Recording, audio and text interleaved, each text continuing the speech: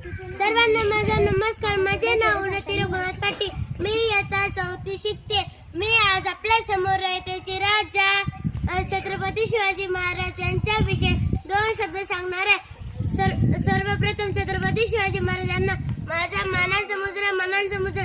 छत्रपती शिवाजी महाराज यांचा जन्म 19 फेब्रुवारी 1630 रोजी शिवनेरी किल्ल्यावर झाला. त्यांच्या आईचे नाव जिजाऊ तर वडिलांचे नाव शहाजीराजे असे होते. शिवराय लहान असताना जिजाऊंनी त्यांना रामाच्या, कृष्णाच्या व अर्जुनाच्या गोष्टी सांगितल्या. लहान वयातच शुभाने आपल्या मावळ्यांसह स्वराज्य स्थापनेची प्रतिज्ञा केली. तोरण किल्ला जिंकून स्वराज्याचे तोरण बांधले. अशा पराक्रमी शिवरायांचा मृत्यू 3 एप्रिल 1680 रोजी झाला.